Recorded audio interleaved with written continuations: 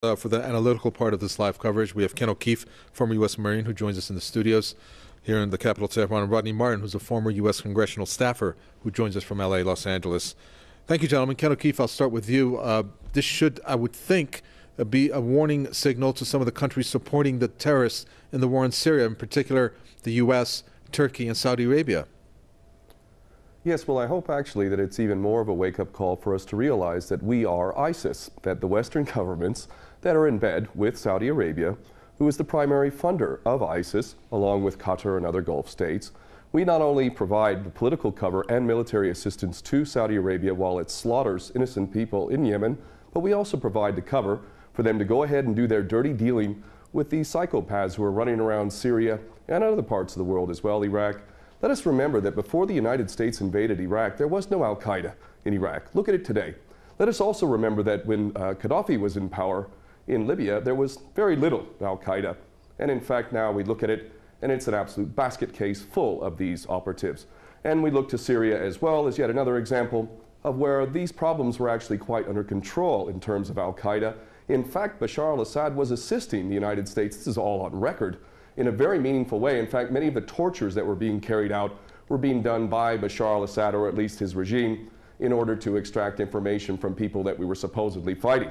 I believe that it is beyond any doubt for any sensible person to realize that not only is the United States providing the financial cover, military cover, political cover for these terrorists through our proxies, but we've also, in pure technical sense, provided the training for these people in Jordan, and Turkey, another one of our best friends, has been shuttling these psychopaths across the country from Turkey into Syria for a long time now. So the idea that the West is actually fighting a war against ISIS is beyond ridiculous. So what we really need to do is start realizing the fact that we are ISIS, and the reason why our corrupt, treasonous governments are carrying out these policies is because they do not represent us. They represent the bankers, and the bankers make a hell of a lot of money off of war. And more importantly, as long as we're all fighting each other, as long as we're all not trusting each other, as long as we're all simply being played as pawns over and over, then they can maintain this tyrannical system of never-ending war. So this is really the wake-up call. What has happened in Paris is us. We are responsible through our corrupt governments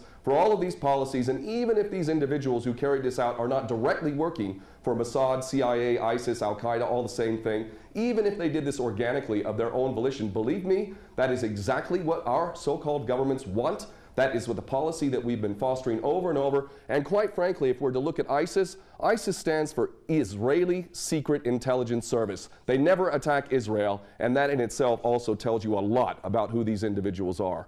Well, Rodney Martin, perhaps some people might have thought and had doubts about any statements that are made regarding the Western support and some of the regional countries for these Daesh terrorists. But I'd like to get your reaction on the focus of this meeting prior to the announcement in Vienna, of which we just heard Foreign Policy Chief Federico Mogherini.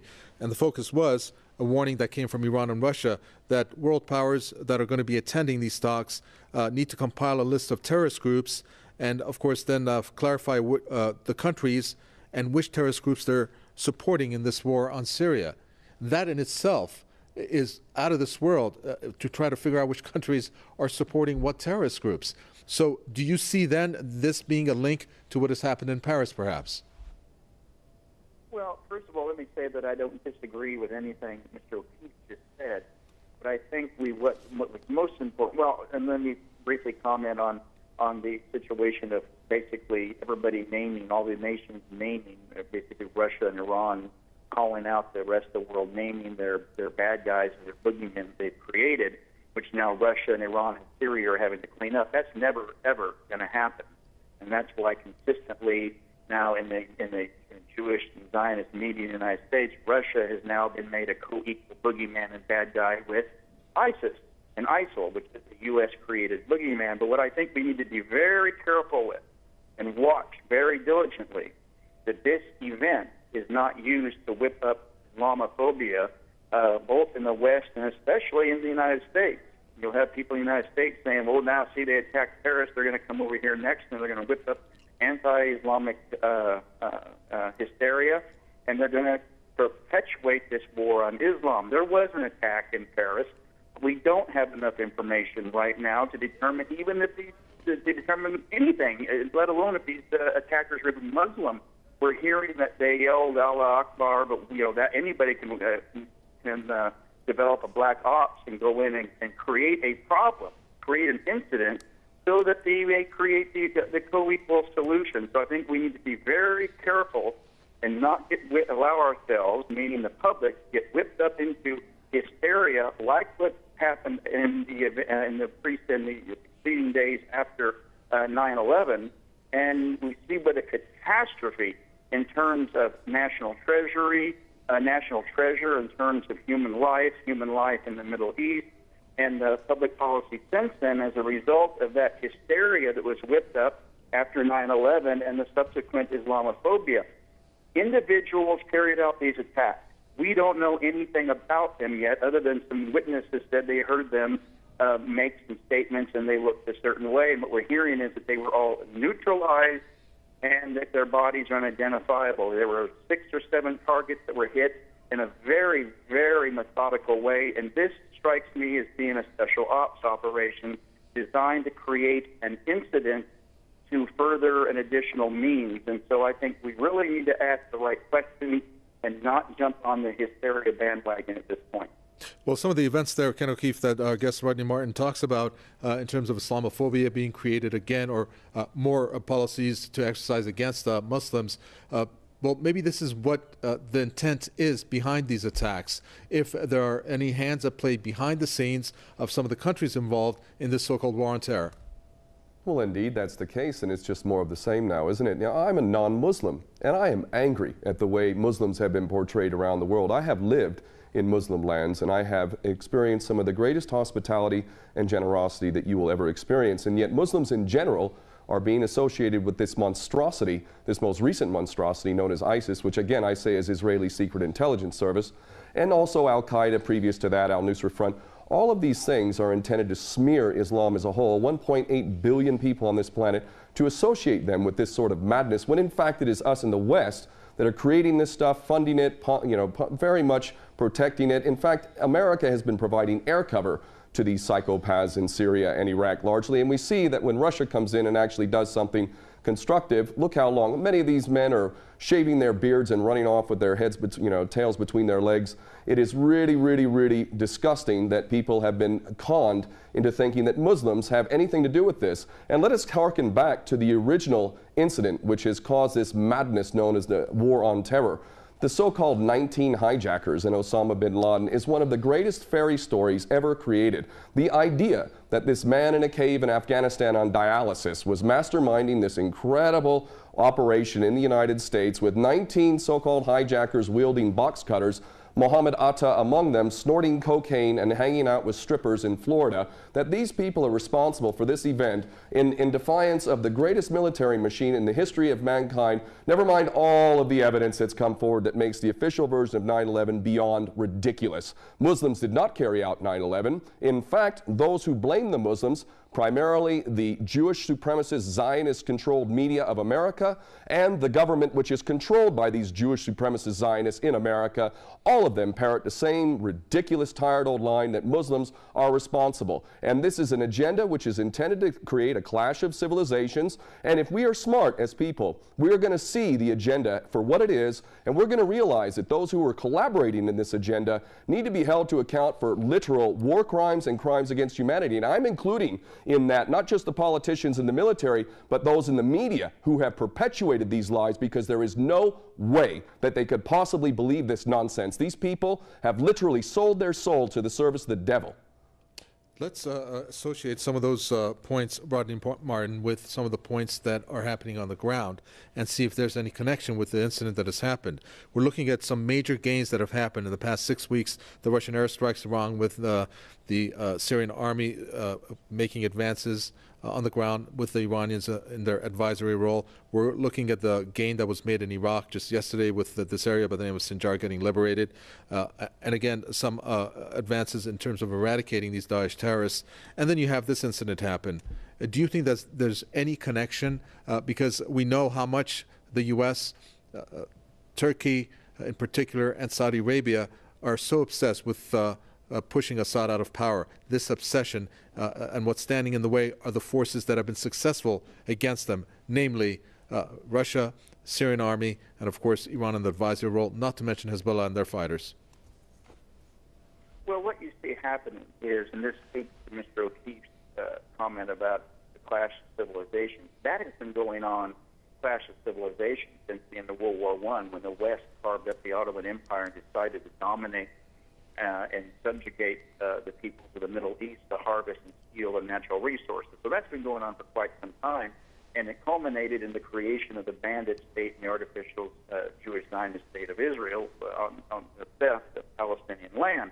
But you're absolutely correct in looking at the gains and Russia entering the region as a geopolitical and military player to finally bring an end to this archaic nonsense of ISIL, which is the U.S. and Western created boogeyman. And what you see as a geopolitical result is the United States is being displaced as a geopolitical player in that region, and not only in Syria, but Iraq is now looking towards Russia, giving them airspace operations.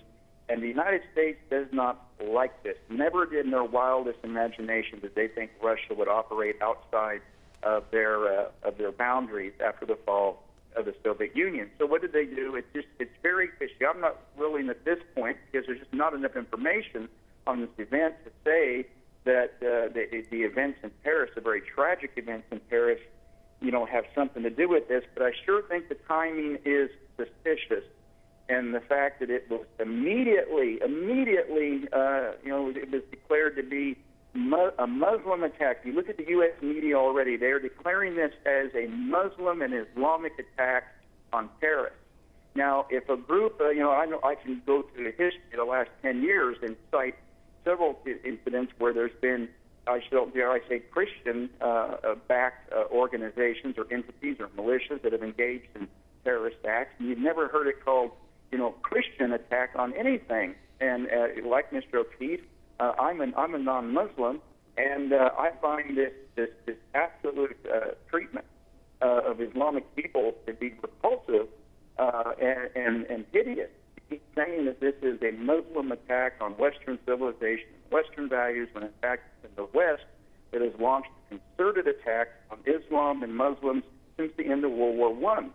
And I'm not going to get into the litany of examples. We can talk about the coup in Tehran in 1953. We can talk about the theft of natural resources, the intervention in sovereign governments all over the Middle East, which have subjugated the people of the Middle East and kept them in poverty, separate from the resources which is sent off to London and Washington, D.C. So I can tell you that the events in Paris today are very, very suspicious.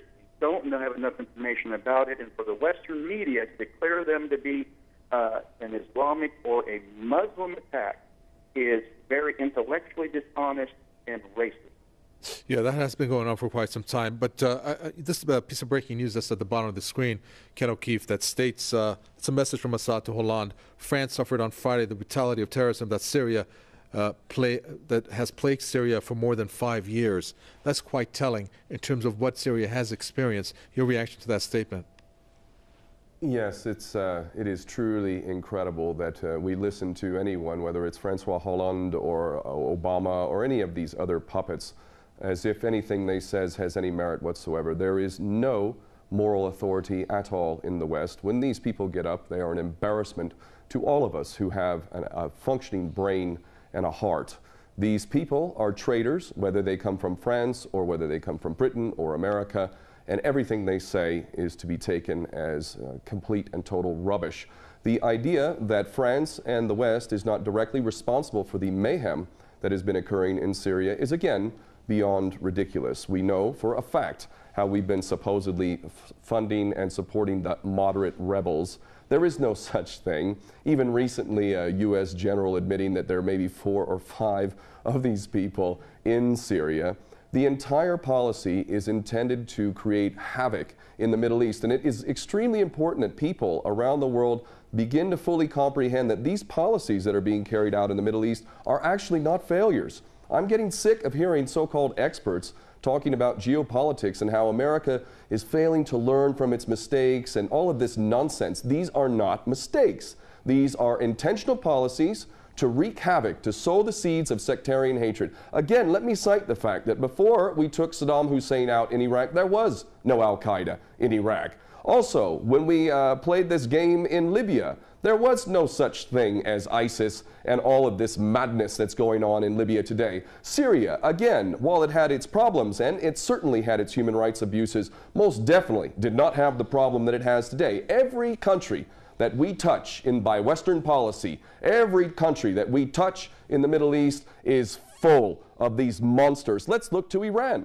the country that we claim to be the biggest threat to everyone, the Israeli Jewish supremacist agenda, which constantly tells us that Iran is the big threat to the world and that it wants to wipe Israel off the map. Let's look at Iran. Let's look how many attacks by Al-Qaeda and ISIS are occurring here. Let's look at how Iran has been fighting MEK, a true terrorist force that has killed over 20,000 people in the last 20 years or so. This nation is fighting terrorism legitimately. It has provided sanctuary to Jews and Christians historically over the millennia. It has not indulged in any war for hundreds of years other than the imposed war in which we forced with our attack dog Saddam Hussein, and yet we are being told that Iran is the threat. Here I sit in Tehran, and I can tell you the threat from ISIS is next to none. And the reason why is because Iran is not a player in this nasty game in which Saudi Arabia, Qatar, other Gulf states, Turkey, Jordan, ourselves, Britain, France, all fund, train, support, and ultimately are responsible for these monsters running around in their latest branded name, ISIS, which I will repeat a third time stands for Israeli Secret Intelligence Service. We're going to end it there. Thank you so much for that. That's Ken O'Keefe, former U.S. Marine, here in the studios with the statements. And also Rodney Martin, thank you, former U.S. congressional staffer, spoke to us from Los Angeles. Thanks for tuning in to our rolling coverage on the Paris.